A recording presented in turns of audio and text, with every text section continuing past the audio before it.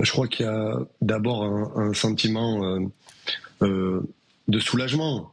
Mais j'ai envie de dire que c'est normal, puisque ça fait 10 ans que la France a voté la reconnaissance de l'État de Palestine. Et aujourd'hui, Emmanuel Macron annonce sa reconnaissance, mais je me joins au mot de Jean-Luc Mélenchon. Pourquoi attendre septembre pour reconnaître l'État de Palestine? Pourquoi ne pas le reconnaître dès ce soir?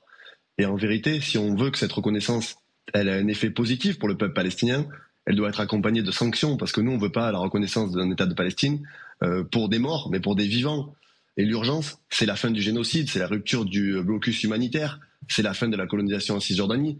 Il faut une politique globale, c'est ce que dit Jean-Luc Mélenchon et ce que je partage, c'est-à-dire que oui à la reconnaissance de l'État de Palestine, mais pour que cette reconnaissance elle soit efficace, il faut qu'elle soit accompagnée par un train de sanctions contre l'État israélien qui aujourd'hui commet les pires horreurs dans la bande de Gaza. Les images qui nous arrivent depuis 48-72 heures sont d'une inhumanité absolument terrible. Donc la reconnaissance, oui, mais quelles sanctions, quelle politique globale pour faire cesser le génocide et donner un espoir à des milliers de Palestiniens qui sont aujourd'hui affamés, massacrés et condamnés à une mort certaine s'il n'y a pas d'action concrète de la France.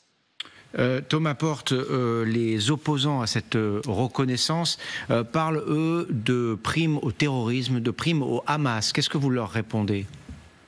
Que la reconnaissance de l'État de Palestine, elle a été votée par le peuple français, par ses représentants au Sénat et à l'Assemblée, il y a 10 ans, bien avant tout ce qui s'est passé.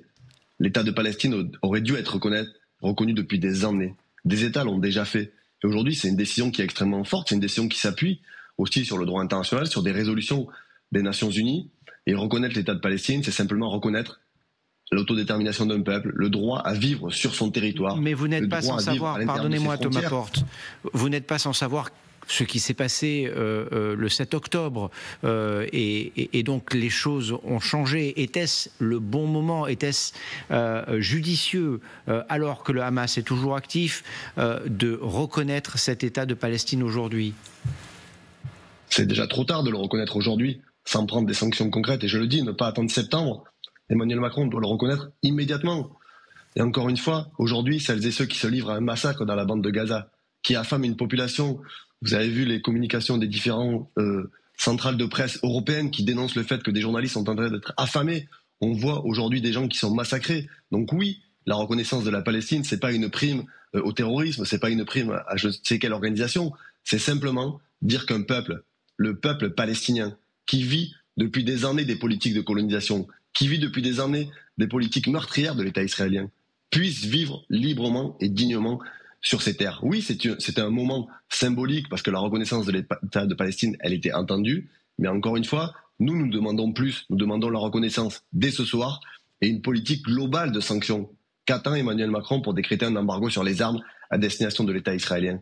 Qu'attend Emmanuel Macron pour dire que la France prend la tête d'une coalition à l'échelle européenne pour demander la suspension de l'accord de coopération à l'État israélien et l'Union européenne? J'attendais vos chroniqueurs sur le plateau qui disaient on ne peut rien faire, il faut un consensus, chacun ne peut pas aller de leur côté. Mais si chacun regarde ailleurs au moment où des gens sont massacrés, rien ne se fera.